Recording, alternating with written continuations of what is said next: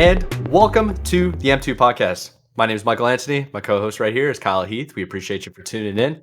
This is the show where we cover gaming industry related news. We're talking esports and personalities, new and upcoming games, technology innovation, and of course, just general gaming industry news. Without further ado, Kyle, what have you been doing this last week? And by the way, for people that are watching on video, Kyle's over here with a birthday hat on. It's his birthday week. So wish him a happy birthday in the comments. Well, thanks. What have you been up to, man? Yeah, it was a pretty busy week, might I say, and birthday stuff mainly. But got a ton of gifts. I finally got the friends were gracious stuff. I finally got a that Samsung TV I've been teasing at. I want to get one.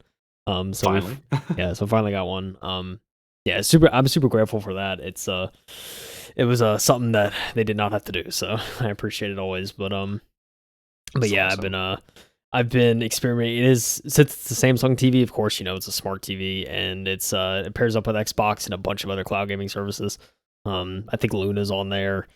I think GeForce Now, I think, has an app on there. There's a lot. So, but obviously, the one I went to immediately, xCloud. You already know. I'm going Xbox. Nice. And so I tried out a couple games on it. The main one I've been playing though is Fable 2. I've been going back to the old 360 titles. I'm trying those. The main reason I feel like I'm kind of straying towards the 360 titles is because it is streaming. So although it's not terrible, there's definitely noticeable input latency, and it's kind of, you want to try. I think right now, at least with the setup I have, I have the TV. The TV actually has an Ethernet port, so I just hooked it up directly to my router. But there's still, of course, it is, it's as good as streaming can get. So there's a little bit of input kind of stuff going on there, but it's definitely playable for a game like Fable 2. I don't want to try, I will at some point try Atomic Heart or something that's more modern, like a shooter. Oh yeah, dude, that's on my list of things to do. Yeah, I want to try something like that on xCloud, but I just haven't yet. So who knows? I may try that out this week. But I will admit I'm not the most optimistic about having a fluid, playable experience on a game like that. At least not on this TV setup. I'm sure if I was on my computer or something like that, it probably wouldn't be as bad. But that TV is true. It's kind of like playing on a phone. It's at least on the TV, you can hardwire in. On the phone, it's strictly Wi-Fi. But yeah, there's still there's still some growing pains. There's a reason that I think it's xCloud is still technically in beta because they're still trying to build the infrastructure. So that's true. Yeah. But do you have gigabyte internet, high-speed internet, like Google? Or yeah, I have. I think AT&T has it as well. Yeah, I mean, actually, I have it. I have I think I have 500 by 500 megs or something like that. It's half a gig, essentially.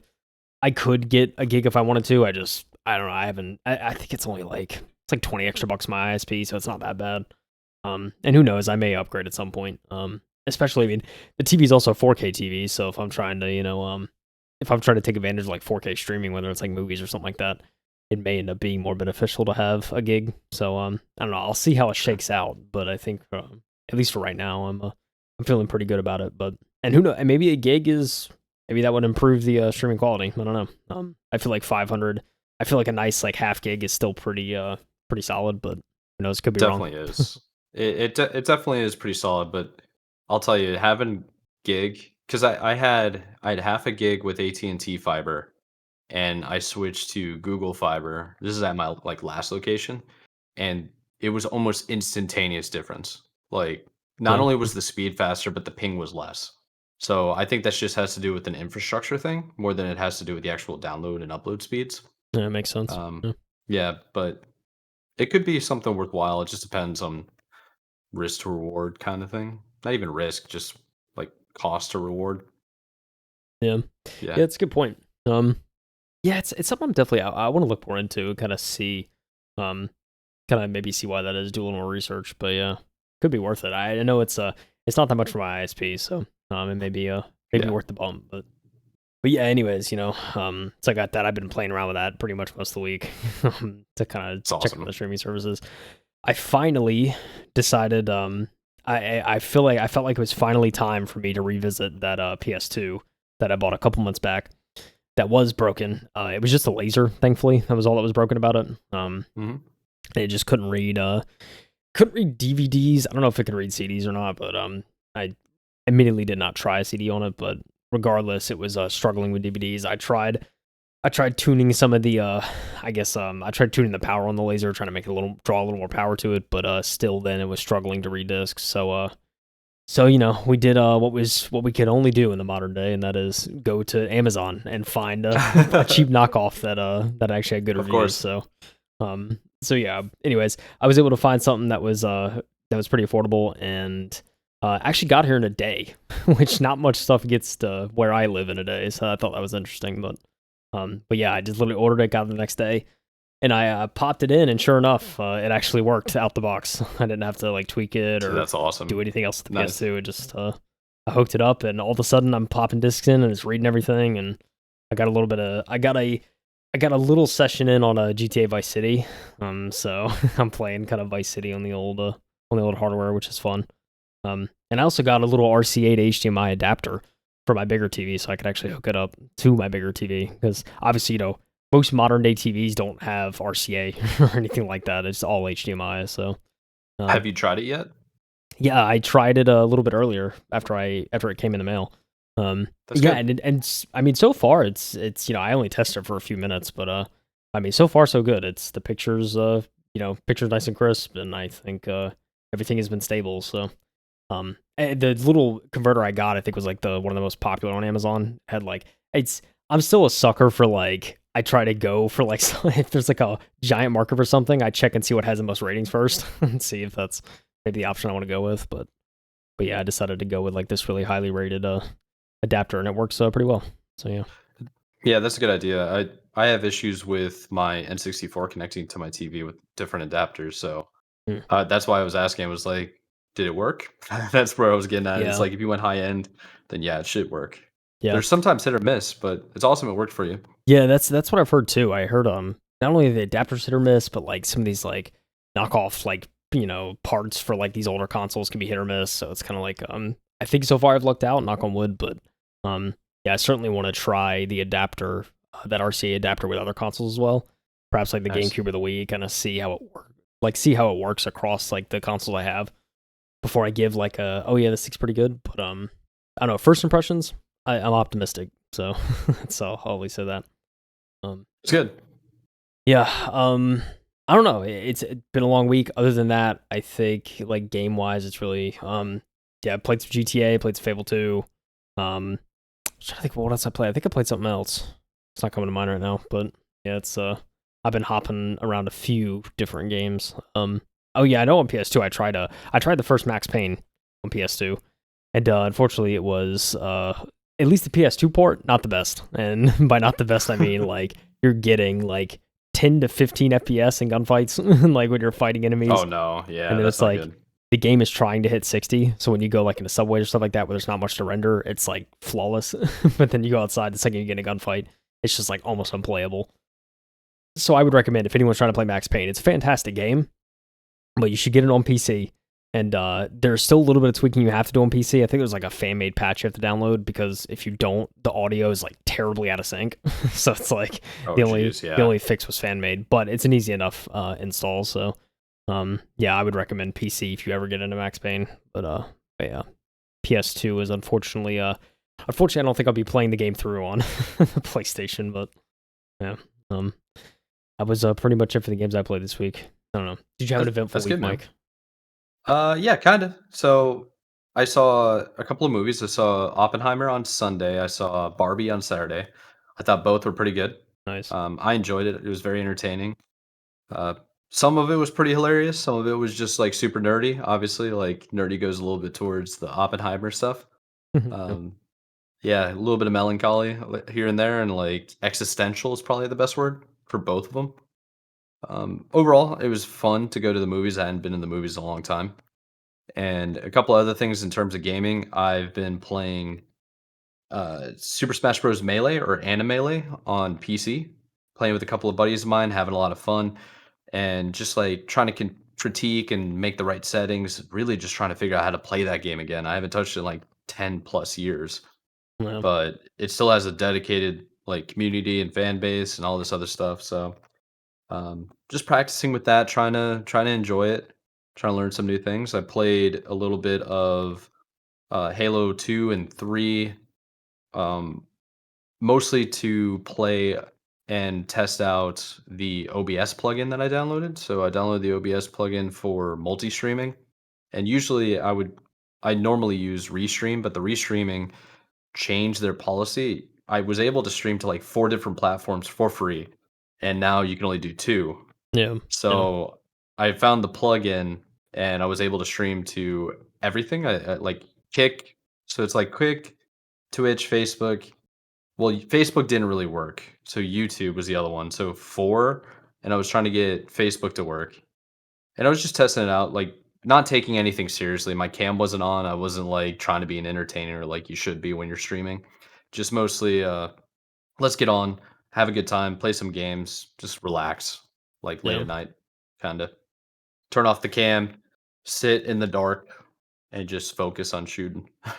But Yeah. yeah, I mean, that's basically all I've been up to in terms of gaming. I told you I beat Breath of the Wild. I meant to start up Tears of the Kingdom, and I played a little bit more Diablo. I wish I could have played more Diablo, but it just wasn't working out.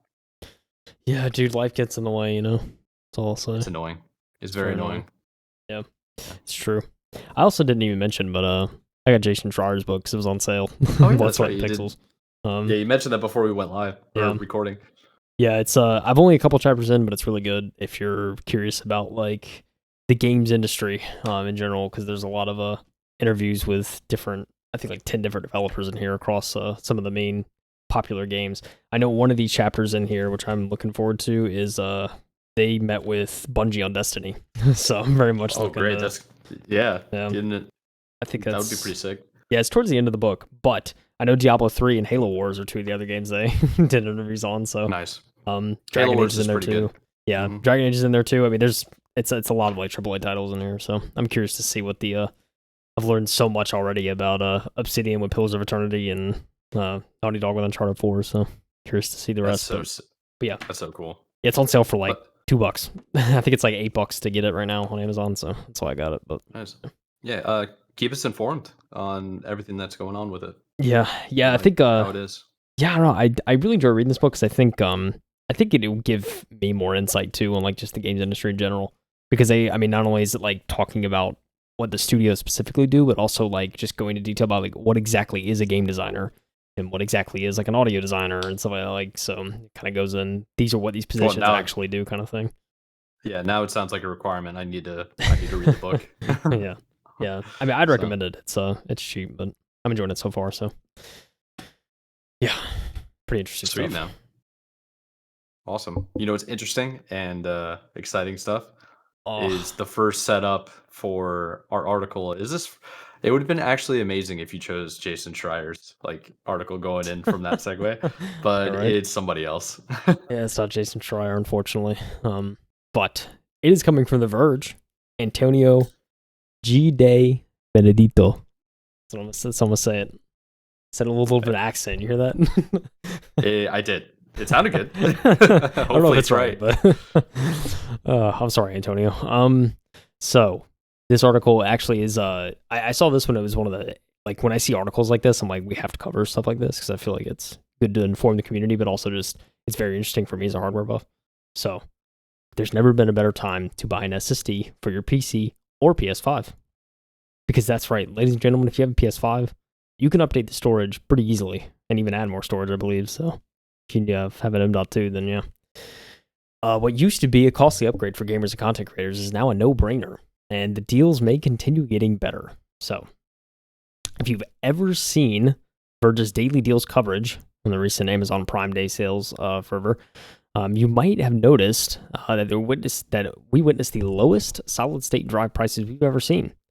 It wasn't that long ago that choosing an SSD over a hard disk was a pricey endeavor, best left to deep-pocketed PC builders and hardcore enthusiasts. And I can attest to this. So when I originally built my PC in 2017, the 256 gigabyte SSD I bought, like the M.2, it was like, I think it was like $150, $200, and now you can get that for 25, 30. It's like it's so cheap. It's actually pretty wild. Yeah, and like now that's like not even 2 terabytes is that much now. It's kind of crazy. But yeah, it says now you'll find an SSD in every PS5, Xbox Series X, and most computers. And if the price trend continues, won't be surprised if they start getting thrown in as a free gift when you buy a desk or bookshelf from IKEA. It's pretty good. That's pretty intense. How much for a price drop are we talking? Well, consider this. The best-selling internal SSD on Amazon is a 2 terabyte Samsung 980 Pro, which is selling for around $120 and has fallen 60% in price just since this time last year, according for most of the 76% drop over its lifetime. As for its younger, hotter, and faster running sibling, the 2 terabyte Samsung 990 Pro, the highest ranked seller on Amazon among newer SSDs, at $150, it's dropped about 58% since it launched in November of 2022 at $309. Dude, that's a steep drop in a short amount of time, I feel like. Yeah, you know what might have something to do with this? Remember during like the lockdown, everything was being charged like astronomically more in terms of electronics because like the chip shortage and stuff. Yeah. I think this is just like getting to the true price of what it should actually be now. You know? Yeah, that's very true. Yeah. Solid theory. So, yeah, I mean, I would agree with that. Definitely likely. It's a breath of fresh air to see valuable and essential tech for us gamers and PC builders actually get cheaper, and it feels like lots of devices and streaming services have only been slowly creeping upwards in price over time. Besides, more devices need more SSDs than ever now. With many consoles, laptops, and desktops offering a second M.2 slot you can fill, handheld consoles like the Steam Deck and Asus ROG Ally are begging for more space. It's very true. A lot of these handhelds, and especially PS5, you know, it's like they just have the extra slot. They're like, hey, we make it so you can easily expand. You know, I'm looking at Xbox, Mike, you know, with these proprietary storages, dude. I'm looking at you, Xbox.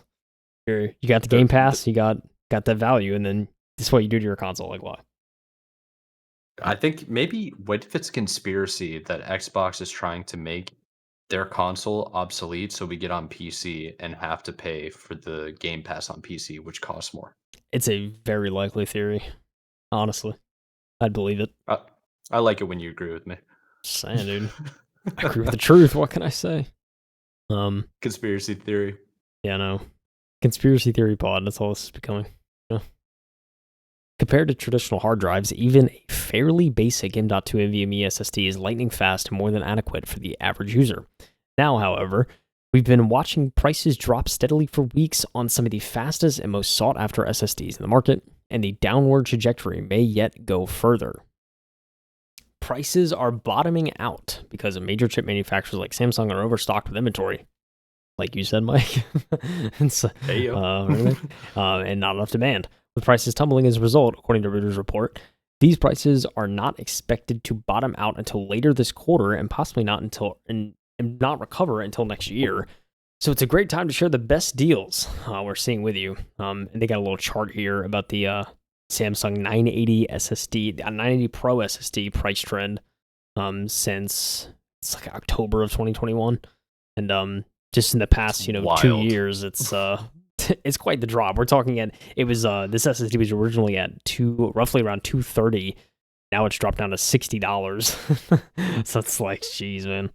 Yeah, these prices are definitely crazy. That's literally just 2 years. Yeah. It's crazy. Sticking with Samsung for a second, the Samsung 980 Pro, with a sequential read speed of 6,400 megabytes per second, is more than fast enough for use in the PlayStation 5. And adding one more than doubles the console's usable 666 gigabyte of built-in space. It's now selling with the heatsink, which Sony says the PS5 requires, for just $80 at retailers like Amazon and Best Buy. That's $70 cheaper than it was last July, and $170 less than it sold for in the fall of 2021. For even more storage, the 2 terabyte 980 Pro with a heatsink is currently $140, which was $130 cheaper than it was just a year ago at Best Buy. Sheesh. It's crazy, And that Mike. heatsink looks clean. I think I have the same. I have something very similar in my PC. How Yeah. many SSDs do you have in your PC? I have Do you two have an M.2. I have two. Yeah. I have the one I started with, which was 250 gigabyte, Okay. and then I bought a 2 terabyte like I think later last year. Because it was so cheap, and now it's like even cheaper. It's like I should have waited, but Maybe. but it's like, but yeah, I actually bought the 2 terabyte SSD to replace a 1 terabyte. I think it was like a 1 terabyte 2.5 inch SSD, which actually the connector like started dying on, so I had to get the new one. But yeah, so it's but yeah, I mean M.2. I think I personally didn't understand the use case of a heatsink in like on an SSD, like an M.2 like this. I didn't understand the use case for it, but it makes sense in terms of like the consoles, because like PS5, it's like they don't really there's like on my motherboard there's thermal pads like on a metal plate that you screw in on top of the SSD to actually keep it cool. But yeah, I mean, I didn't think about that. But yeah, consoles like like PS5 and probably some others don't really have that luxury of like being able to keep the actual SSD cool. So you definitely need something like this in order to dissipate that heat so you don't fry the electronics. But it's all making sense now, because I've seen and I think the main reason I was like, it was kind of confusing to me was I watched like I think it was Jay's 2 cents video or something like that, where they were at the store and they were talking about SSDs, and I think he had accidentally bought an SSD or something that had a heatsink on it, so he ended up like having to pry it off or something like that because he didn't feel like going back and buying one that had it.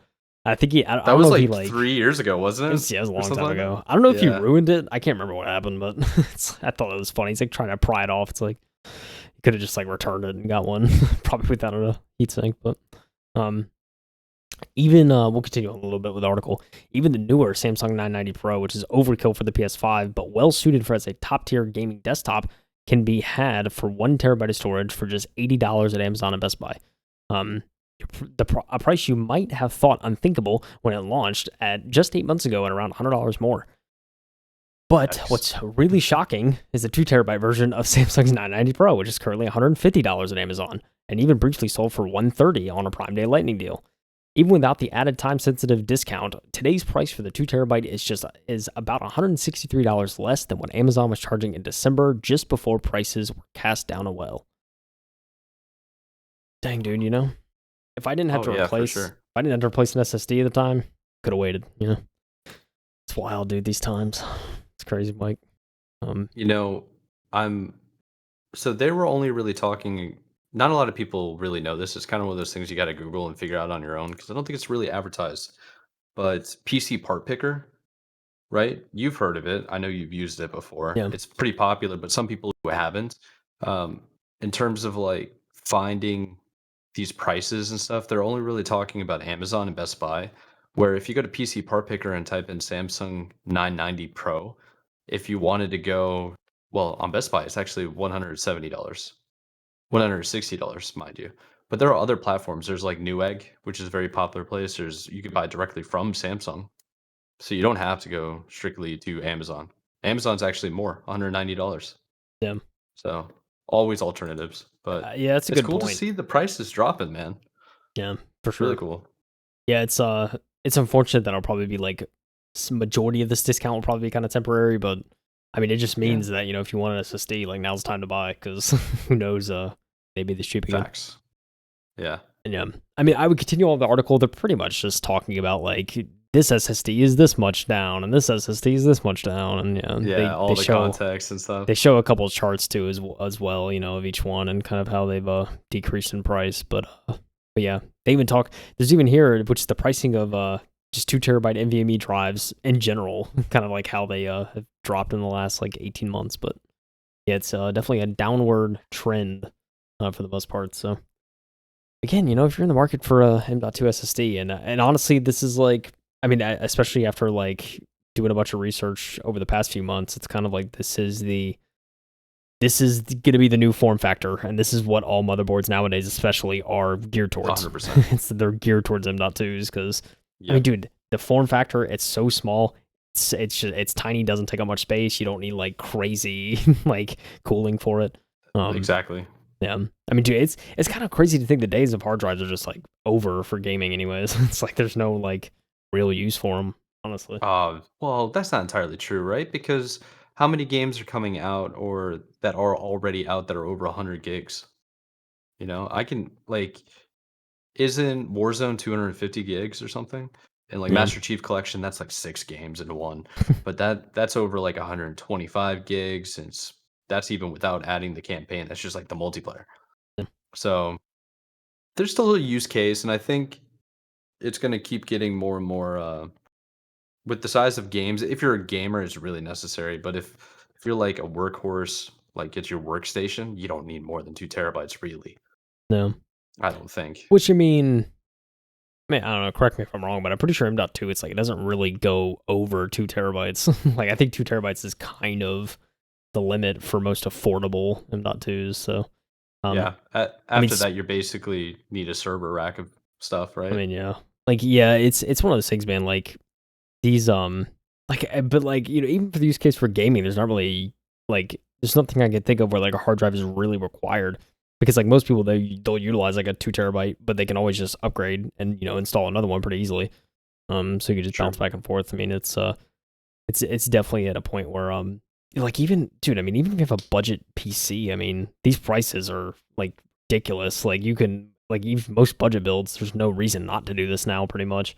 Maybe not necessarily 2 terabytes, but even like a 1 terabyte is going to be really cheap. So, um, That's actually a really, really good point. yeah, And not only that, but you can basically use uh similar to what you probably have with your I think you said 240 gigs or 250 gigs, uh your M.2. So you basically have like a small M.2 to run your processor and like essential programs and your Windows software applications, and then you can have basically a disk drive or like a 2.5-inch SSD that's still really good.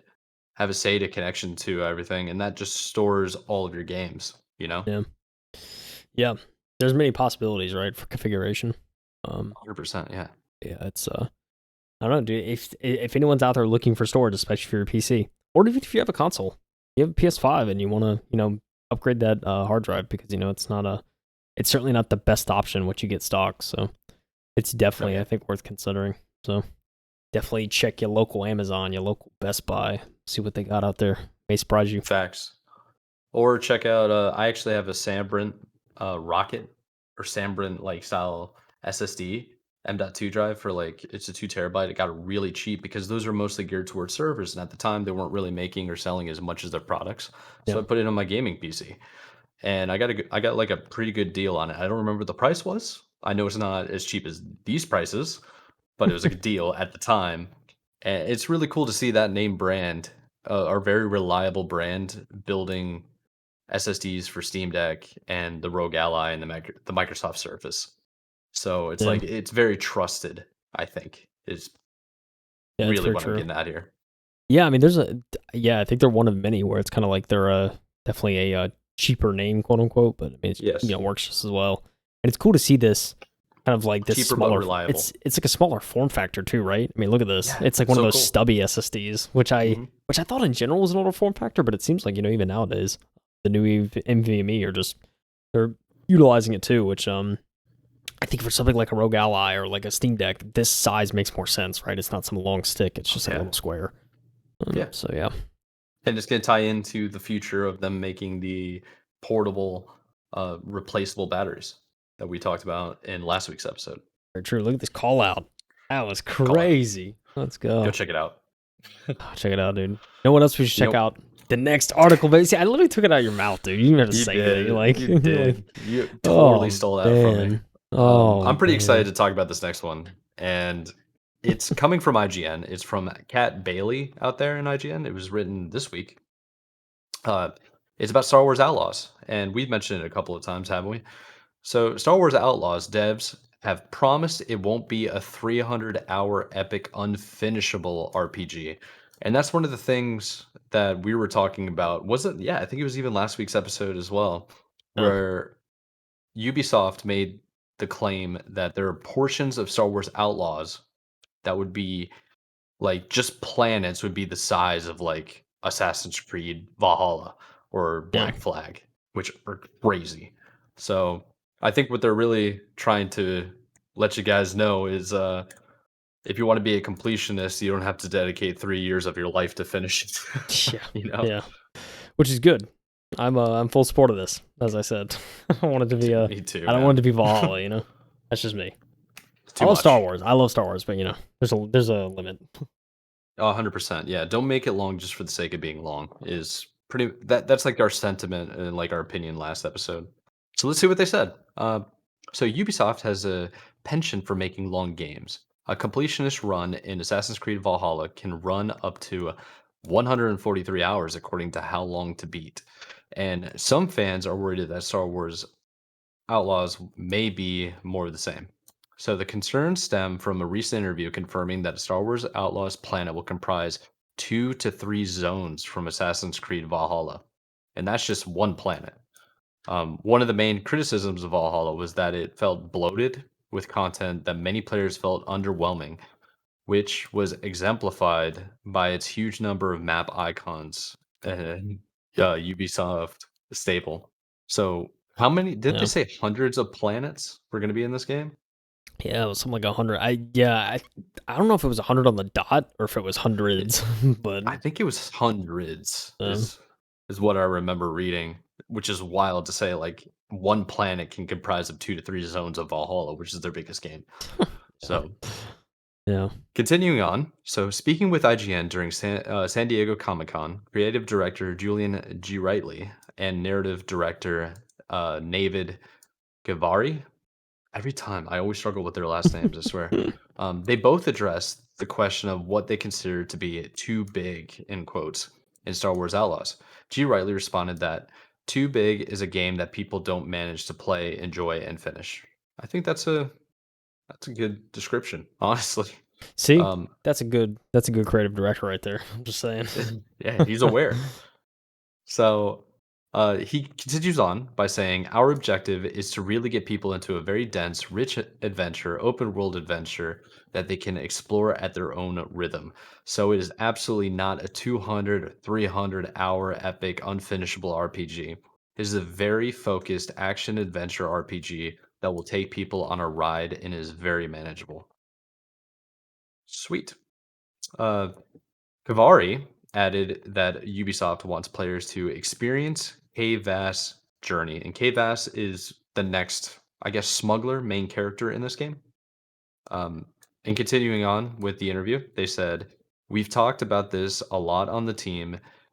Is that yes, we're building open worlds, we're building bustling cities and cantinas and wide open plains, but we always try to approach it from a place of character, from a place of the story, and realizing that this might be Kvass' first entry into a planet like Toshari that we've crafted for this. So that's always in top of mind is fusing that narrative element with the game. Dude, that makes me so excited, just that one statement. You know how many times this I'm gonna go on a slight rant real quick. We're supposed to be in a galaxy far, far away every time we go into a Star Wars movie. Very Every true. time we go into a new Star Wars game, and there's been like I feel like there's been like 20, maybe more by now. And True. why is it that every single time it's like we're always on Tatooine or Mos Eisley and that's it? And then like Kashyyyk and it's if it's supposed to be a galaxy far, far away, there should be more than one planet or Yeah, like you a would think. handful of planets. There's like hundreds of planets. Like, where are the other different species? Why are like I get it, it's familiar. People see Star Wars, they see Star Wars, right? Yeah. People can be afraid of change, but it's like I want to see something crazy. And if there's hundreds of different maps, man, how cool would it be if they have it somewhat generated? It's not auto generated. We discussed that in last episode. It's designer generated by an actual human. But how cool would it be to have like a new experience at every single planet I and it mean, becomes yeah. part of the lore, you know? It'd be so cool. I mean, I feel like that'd be the dream of this game, right? Like, at least for me, like if there was that amount of detail in each planet, build upon the Star Wars lore, but also just like I don't know, just make a Star Wars game. I think that's like I don't want to say worth playing because like I don't want to discredit what like Fallen Order and Jedi Survivor have done, Yeah. but But yeah, they're man, on the same planets we've always been on, aren't they? I think so. I don't even remember. I'll be honest, but Yeah, neither do I.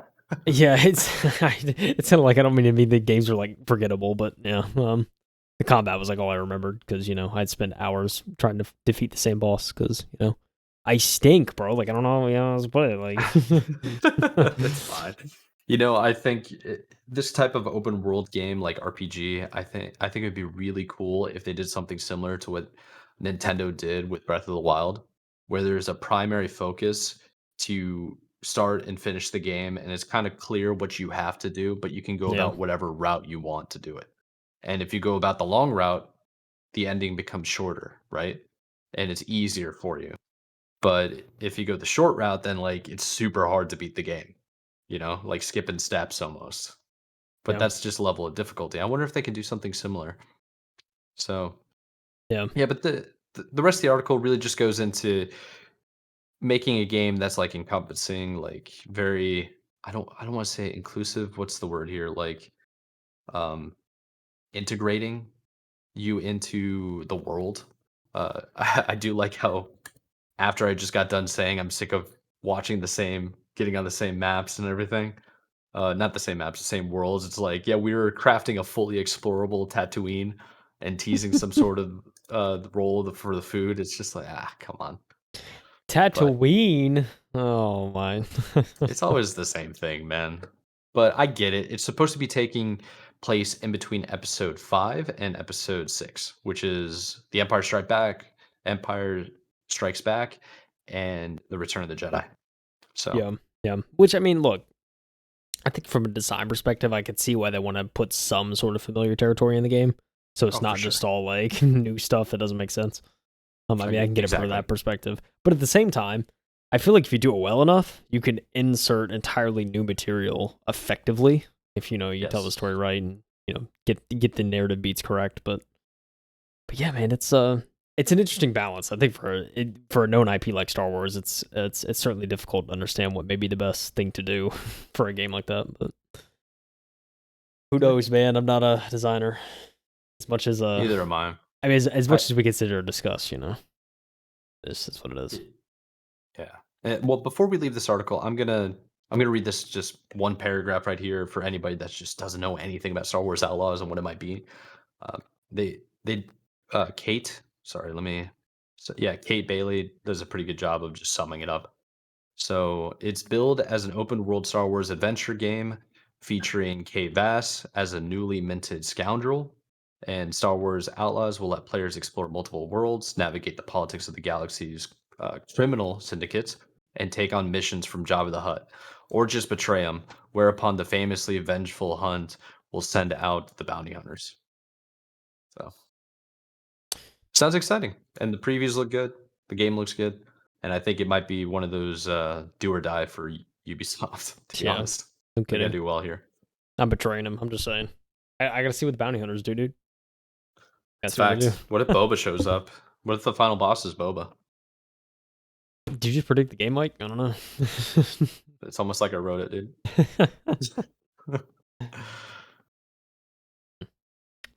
All right, All so right.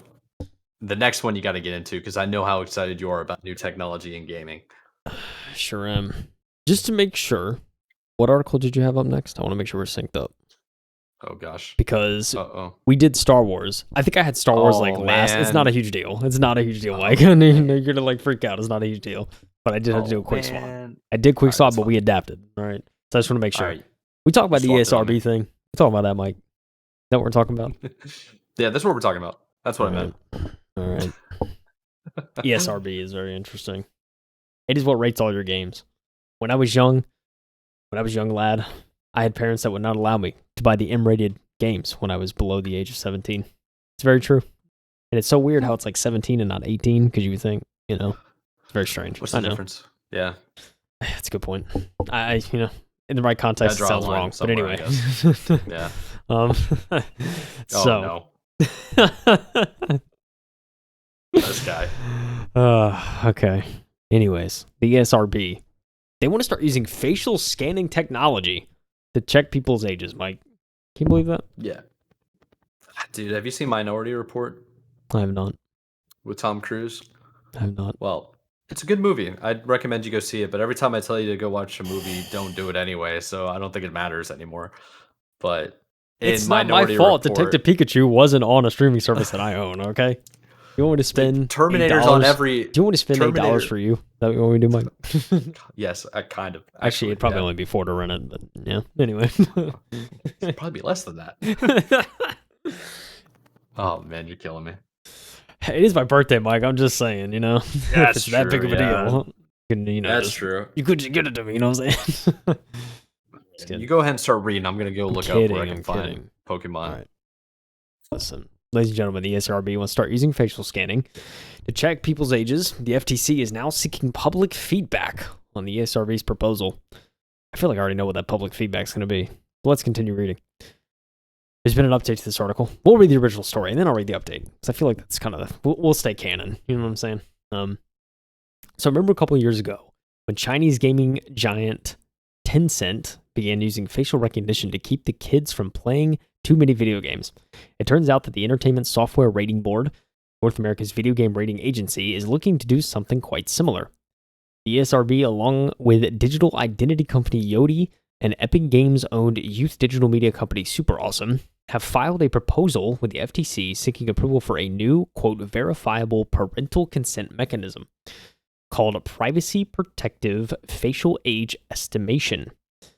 Simply put, the parent takes a selfie assisted by an auto face capture module, which is then analyzed by the system to ensure it's the face of an adult who can then grant whatever permissions are required.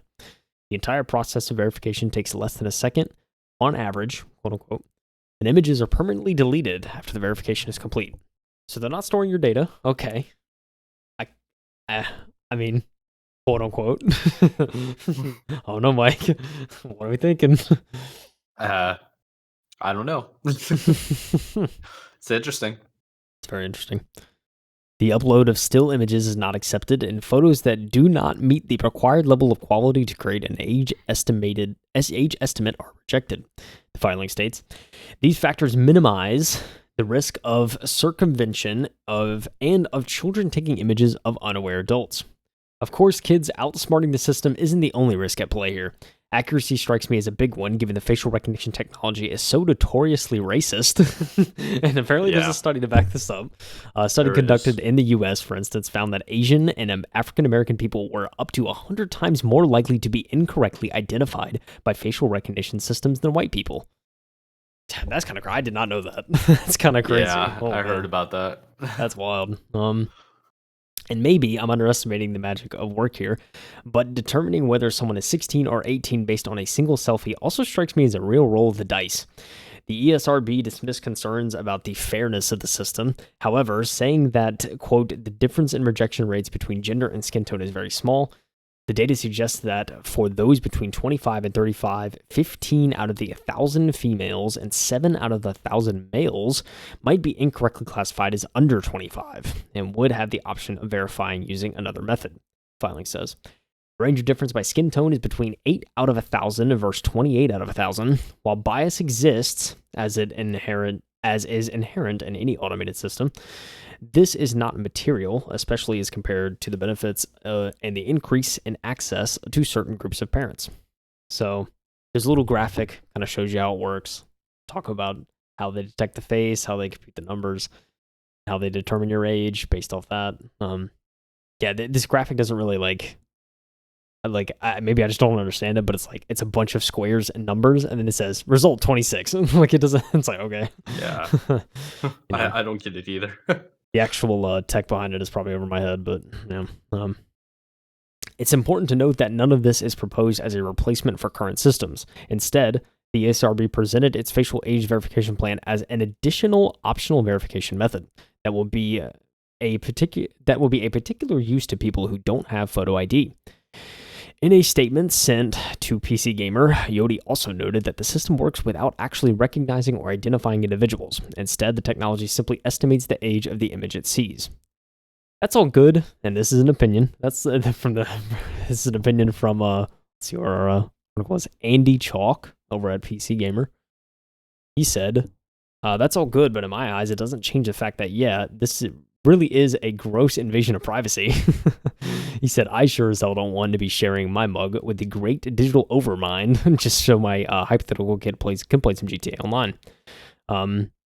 Yeah, I mean, it certainly is, there certainly is those concerns, especially even for me, right? It's like, how private is this actually? And like how, it's like, it's, every time I see stuff was like, oh, we don't save your photos or any of that, like, identifiable data anywhere on our system.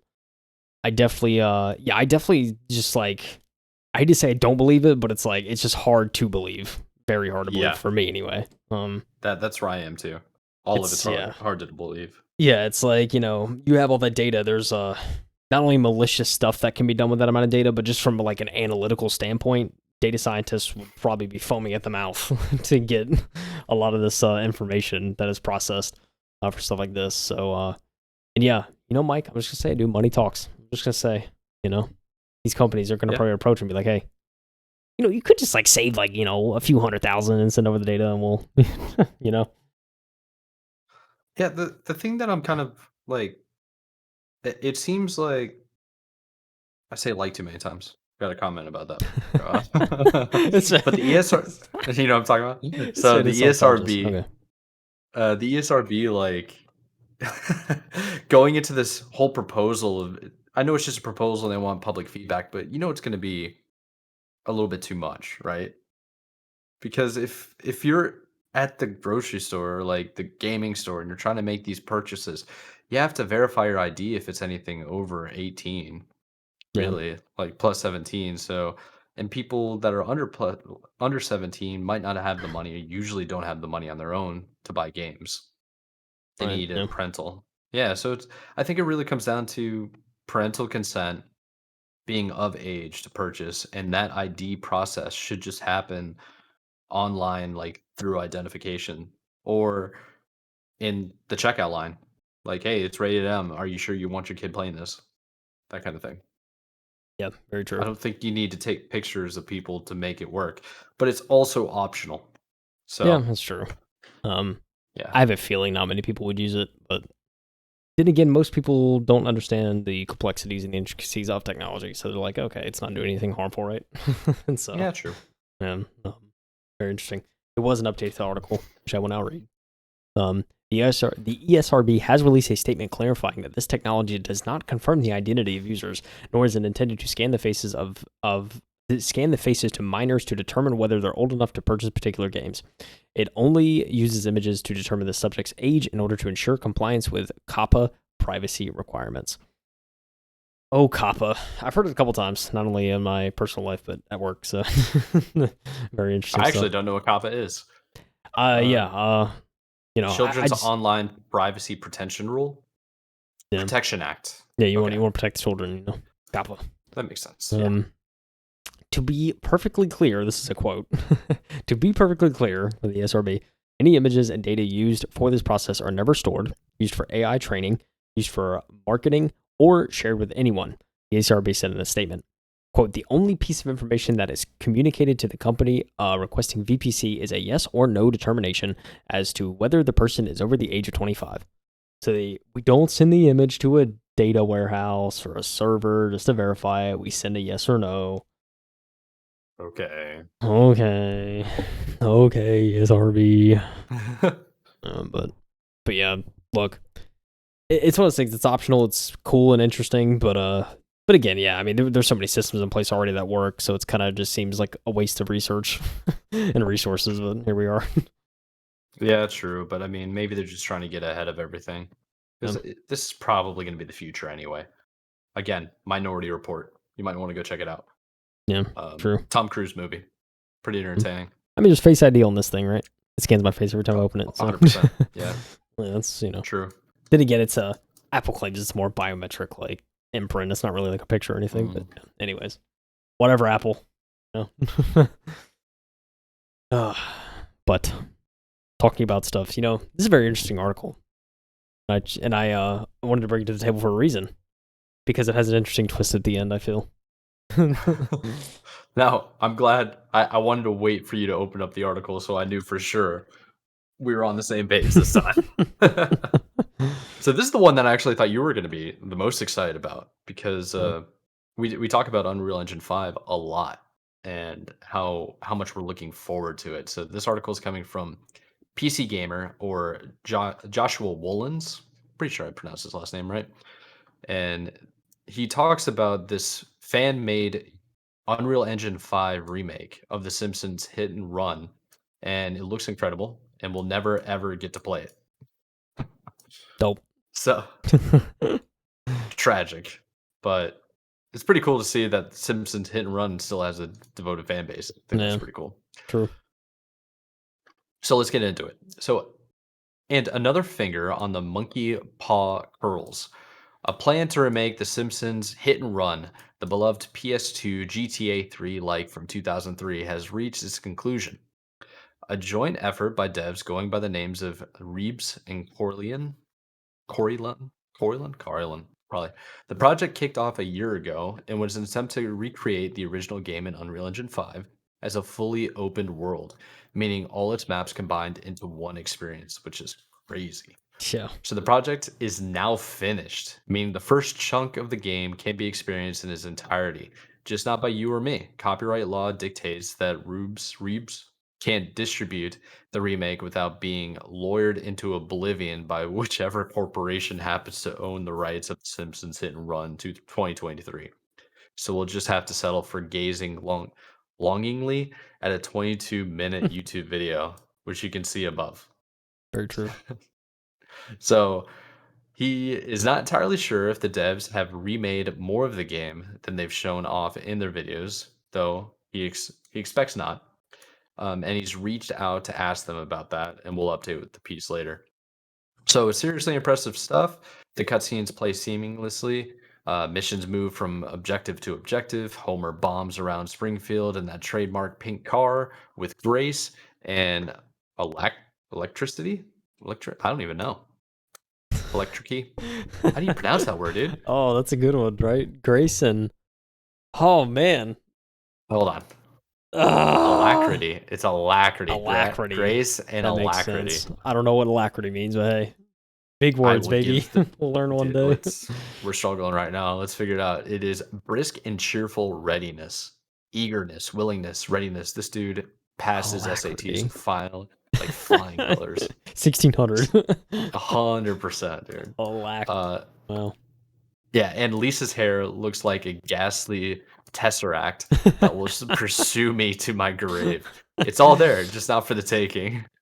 So Reebs runs a Patreon for their game development course and also sells an Unreal Engine plugin, which answers the question as to why on earth they wanted to make a remake of The Simpsons Hit and Run and not to distribute it among the public. Perhaps that's good news. If you absolutely have to play the remake, you could always try to make it yourself. After all, you can watch the other 9 parts of Reeb's series on remaking Hit and Run over on their YouTube channel to get some idea of how they did it. But if somehow you lack the wherewithal to do that, I suppose the closest we can get is that mod that stitches the entire original game together. Do you ever get the feeling that someone should just officially remake this thing already? It's pretty cool, man. It's pretty cool. A lot of people don't. I'm kind of sad for probably anyone in the younger audience or newer gamers that never got a chance to play Simpsons Hit and Run. It's a fantastic game, super fun. And I think you probably picked this article because it just shows how Unreal Engine 5 gives you more and more ability to do what you want to do, right? Yeah, dude. I mean, just the shadows and stuff alone, the detail. It's just one of those things. It's like, if it wasn't a legal thing, this would be so sick to see, like a re-release of. Yeah. But yeah, it makes you wonder, like, whoever has the IP, like, do the community in the world a favor. Hire these guys, finish it out, release it. You know what I'm saying? Like, I think it'd be a hit. And yeah, Simpsons Hit and Run. I think I played Hit and Run on GameCube. I want to say when I was younger. And I remember, on GameCube. I think I rented it from a Blockbuster. That's how long ago this was. I rented it from a Blockbuster, and it was like, and I remember I didn't tell my mom it was due until like the night it was due, and I remember she was like pissed at me. she was like so mad, like leaving the house to go return it. She was like, she didn't want to have to go out that night. And, yeah, sorry, mom. Yeah, didn't want to pay the fees. Yeah. She really didn't want to pay. Yeah, so yeah, sorry about that, mom. But But yeah, I mean, dude, yeah, it's the Simpsons games. Hit and Run was a lot of fun. I think there was another one too. I'm trying to remember that was like on that generation. The name's leaving me, um, but yeah, Simpsons. Yeah, Game? it was another Simpsons game, I think. But yeah, I just remember Hit and Run was really fun for me. So, but yeah, I mean, dude, the game looks great. The cutscenes look awesome. Yeah, the Tesseract hair on Marge, yeah, it's crazy. Yeah, it makes me very jealous. And if they want to distribute this copy, if they want someone to, quote unquote leak it on like, a pirate website or something, I won't tell on anyone, you know what I'm saying? So we'll see what they end up doing. But yeah, very unfortunate. I wish people would get to experience this because it just looks it just looks out of this world. So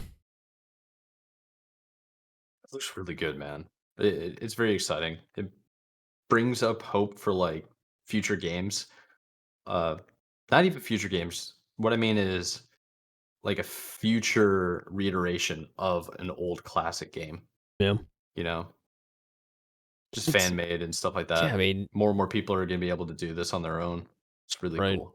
It's crazy, two guys do this. Imagine what you give this to a dedicated team. Just imagine how much better it could be. Yeah, true. It's yeah, it's wild, man. Congrats to the guys on making something they legally cannot release. So congratulations. True. You know what? Legally is going to be released soon, though, without a doubt.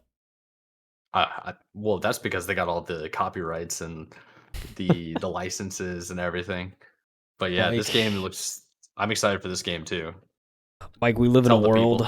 We live in a world where there's a lot of collabs and mashups, right? We're talking about Smash for Nintendo, Mario Party. We're talking about why is the name of the game leaving me? I'm gonna start being mad.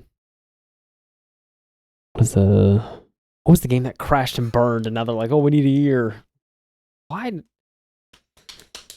I can't remember it either. Dude, why am I blacking out on this name already? It's a fighting game with Shaggy. Dude, I don't remember. Gosh. Brawls? Brawl Star? No. Oh. I forget. I can't remember it either. Brawlhalla? No, I'm just kidding. Yeah. Oh, dude. I found it. It's Multiverses. Multiverses. Yeah. Superman versus Scooby-Doo, man. Yeah, dude. Anyways, you understand the Mike. We live in a world where it's like we have these like games where it's huge collabs, right? Like with multiple different universes, right? Multiverses is one. It's probably the most recent one, I feel like. But in the kart racing genre, we're getting a DreamWorks kart racing game. That's right, DreamWorks All-Star. Nickelodeon Kart Racer was the most recent one, I feel like, in the kart racing genre. That was like a Nickelodeon characters. But yeah. DreamWorks new kart racer put Shrek back in the driver's seat, baby. I love how this sets the headline. Everybody I've seen talking about this game immediately talks about Shrek. And why would you not? He's like a superstar. We're in his swamp, That's how it is. DreamWorks Animation All-Star Shrek. Michael McWhorter from Polygon wrote this. Puss in Boots, Boss Baby, Hiccup, and a whole bunch of trolls are getting the Mario Kart treatment for a new game, DreamWorks All-Star Kart Racing. The crossover kart racer will span 2 decades of the DreamWorks cinematic catalog, borrowing characters from the Shrek and How to Train Your Dragon films, as well as the Megamind and the Bad Guys. DreamWorks All-Star Kart Racing looks to spice up the kart racing genre with a few twists. Magical switches on race courses can be struck to uncover hidden shortcuts, and DreamWorks' animation's trolls will ride along with racers and are equipped with power-ups and special surprises, according to the publisher Game Mill Entertainment. The extended Shrek family is strongly represented in DreamWorks All-Star Kart Racing. The infamous Ogre, his ogre wife Fiona, Donkey, and Puss in Boots are all playable racers. Wolf from Puss in Boots The Last Wish is also playable, but one of 2 characters exclusive to a digital deluxe version of the game. The other is Master Uga, Kung Fu Panda.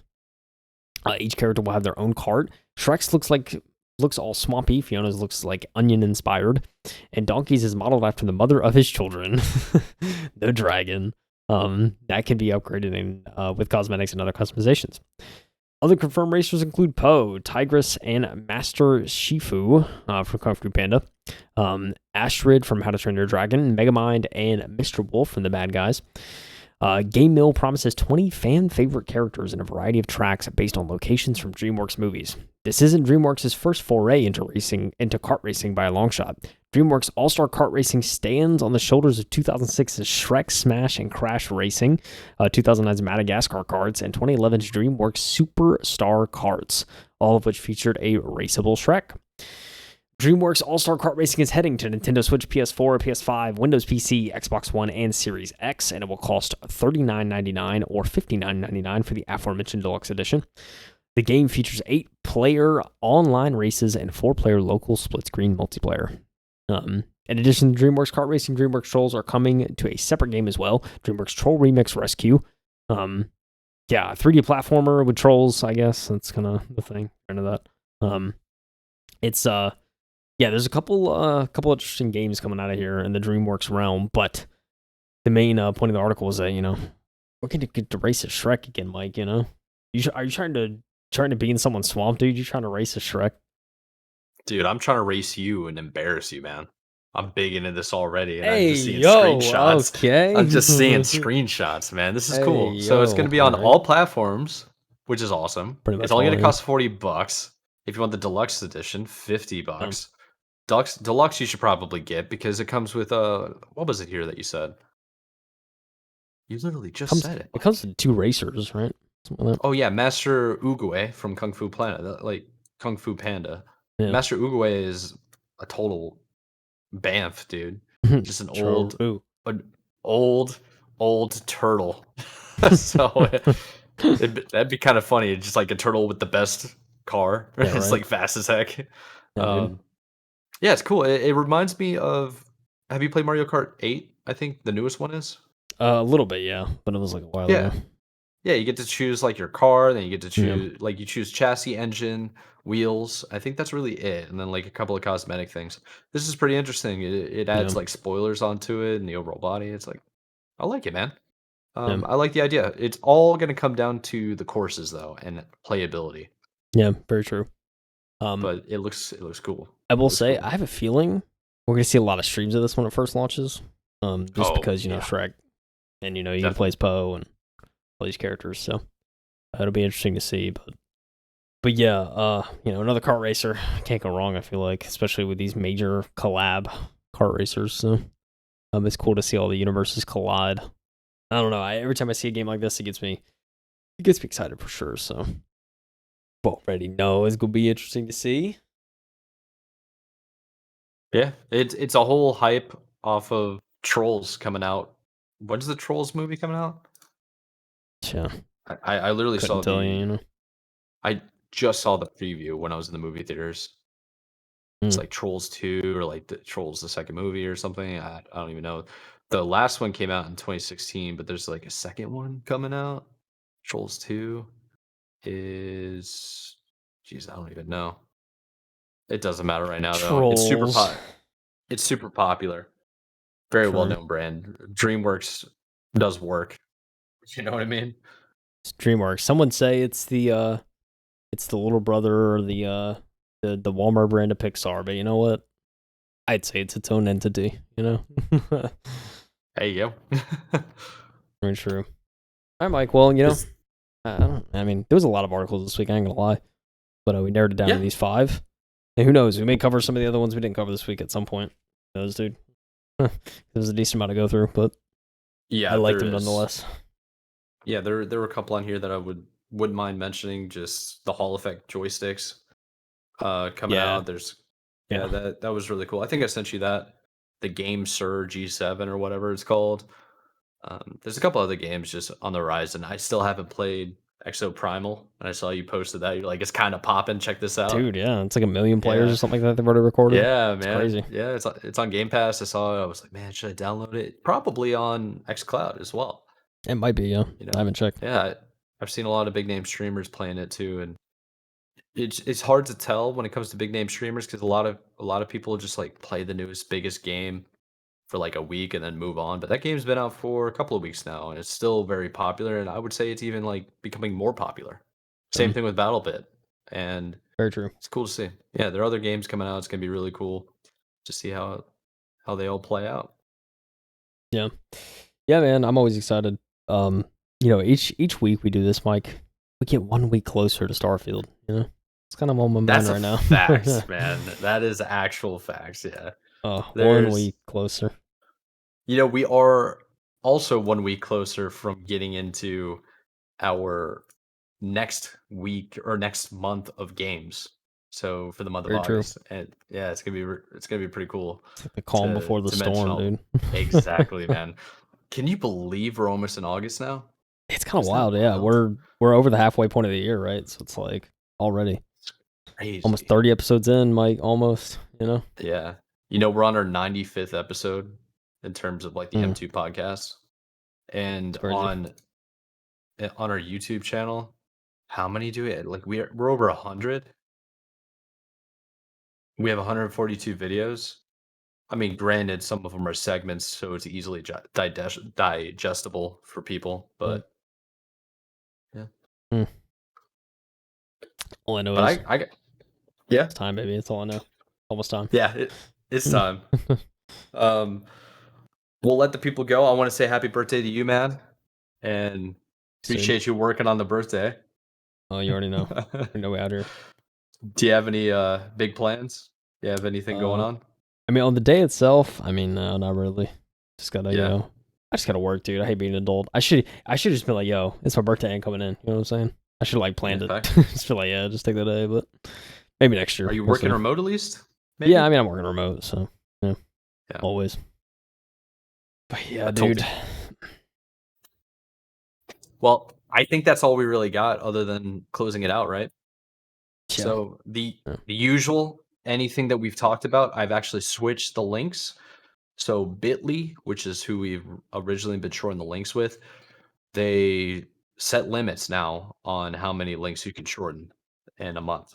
And we basically hit those in a matter of like 2 episodes. So halfway through the month, we're done. We're trying Tiny URL this time around. The links are in the description. Check them out, including all of the socials, all the contact information, timestamps, whatever you want. So down below.